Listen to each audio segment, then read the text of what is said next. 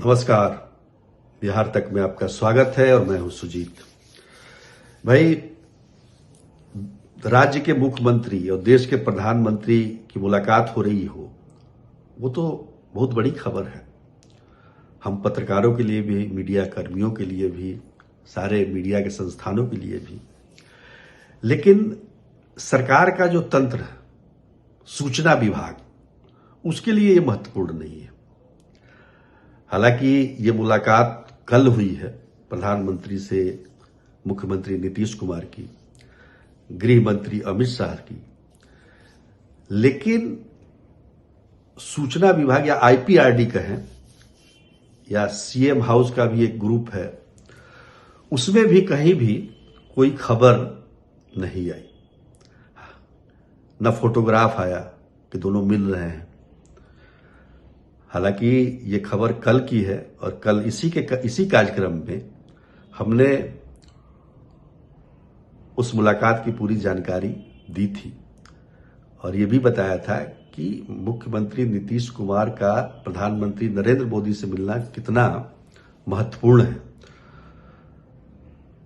क्योंकि इस साल जो चुनाव हुए हैं उसमें सरकार ने बहुत सारे वादे किए हैं, जनता से बहुत सारे वादे हैं, उन वादों को पूरा करना है।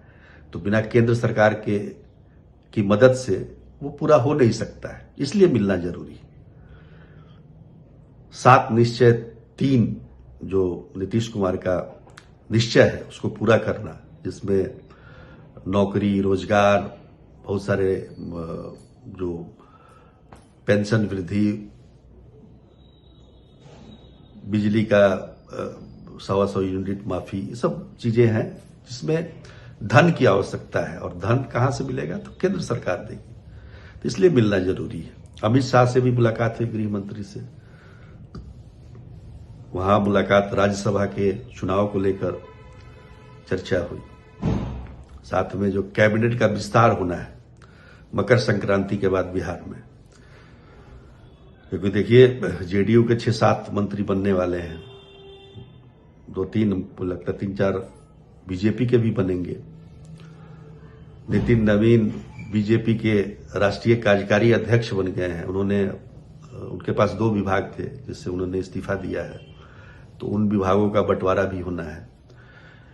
तो इन सब पर भी चर्चा हुई और ये जरूरी भी था।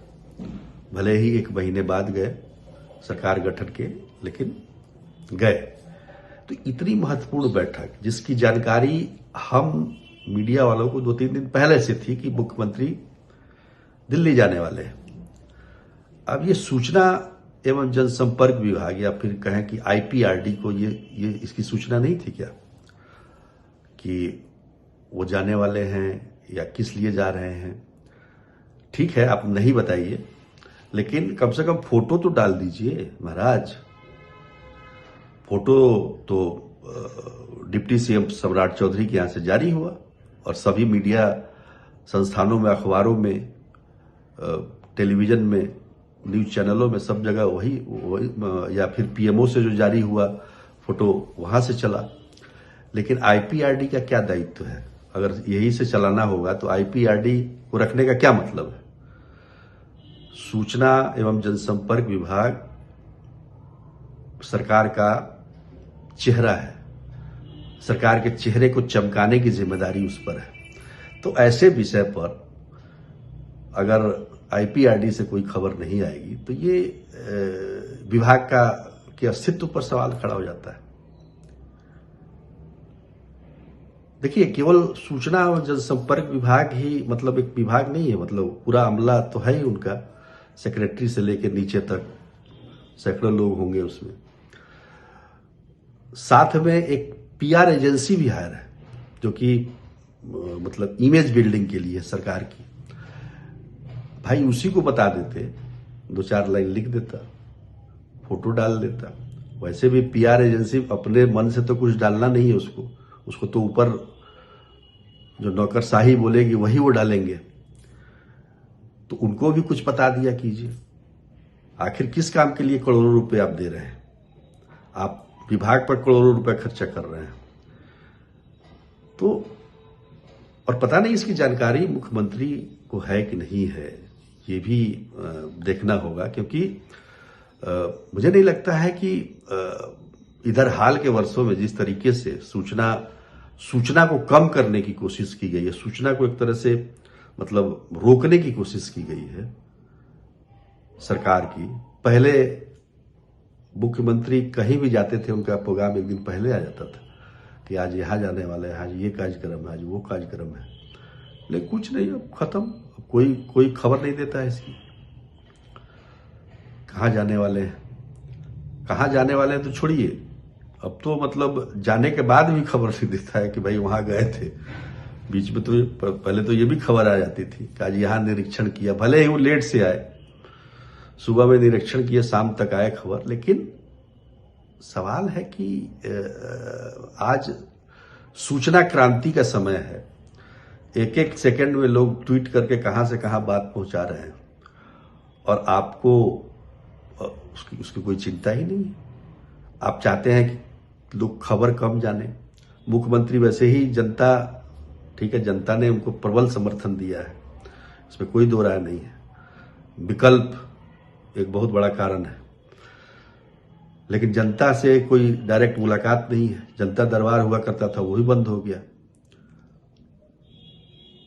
उसके बाद उसका प्रसारण होता था, वो भी बंद हो गया। जो कार्यक्रम होते थे उनके, वहां से भी प्रसारण मुझे लगता है कि अब बंद हो जाएगा, जो हिजाब कांड जब से हुआ है तब से। तो ये सब चीजें धीरे धीरे कट ऑफ किया जा रहा है, और सरकारें जो है, दूसरे राज्यों की सरकारें, वो चाहती हैं कि उनके काम को हर जगह प्रसारित किया जाए। यहां है कि कैसे दबाया जाए।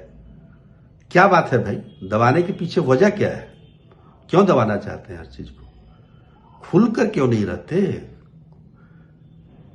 ये मतलब इसमें मैं मुख्यमंत्री नीतीश कुमार को कुछ नहीं, मतलब दोषी नहीं मानता हूं, या तो उनको जानकारी नहीं है इसके बारे में कि इस तरह की बातें हो रही है।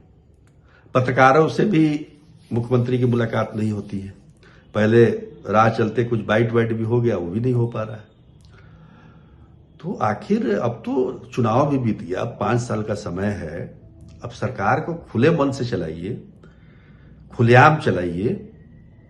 क्या दिक्कत है? अब तो चुनाव जीतने का ये है नहीं, तो 5 साल के बाद ही चुनाव होना है। तो ये सब चीजें समझ से परे है कि आखिर ऐसा क्यों किया जा रहा है, क्यों सूचना तंत्र को टाइट करने की कोशिश, उसको बांधने की कोशिश की जा रही है, उसको निकलने नहीं देना है। चाहते हैं, कुछ लोग चाहते हैं कि हम मतलब एक खबर बाहर न जाए। क्यों भाई? वैसे तो खबर रुकती नहीं है, इतना भी बड़े आप खुर्रम खा हो, खबर रोक नहीं सकते। खबरें कहीं ना कहीं से तैरती हुई चली आती है अपने गंतव्य पे। तो ये इन सब चीजों को ध्यान आकृष्ट, इसमें कोई मतलब आलोचना की बात नहीं, लेकिन ध्यान आकृष्ट कराने की बात है। भाई आप जिस प्लेटफॉर्म पे हैं, आप करोड़ों रुपए खर्च कर रहे हैं। आप देखिए, सूचना विभाग में वर्षों से अधिकारी एक ही जगह काम कर रहे हैं। अरे नए लोगों को लाइए ना, कुछ नए लोगों को लाइए, नया आइडिया आएगा। कुछ देश विदेश में बिहार का अभी ब्रांडिंग करने का समय है। इतना प्रबल बहुमत आया आपके पास, उद्योग आएंगे, उससे लोग आकर्षित होंगे, इन्वेस्टमेंट आएगा। लेकिन नहीं, अरे ऐसे काम नहीं चलता है। ध्यान दीजिए इस पर। चलिए, आज के लिए इतना ही। तब तक के लिए नमस्कार।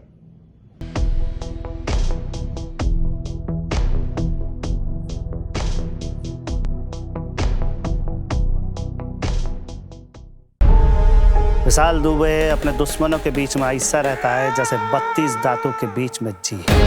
जो मिलेगा सबसे, पर दबेगा किसी से नहीं।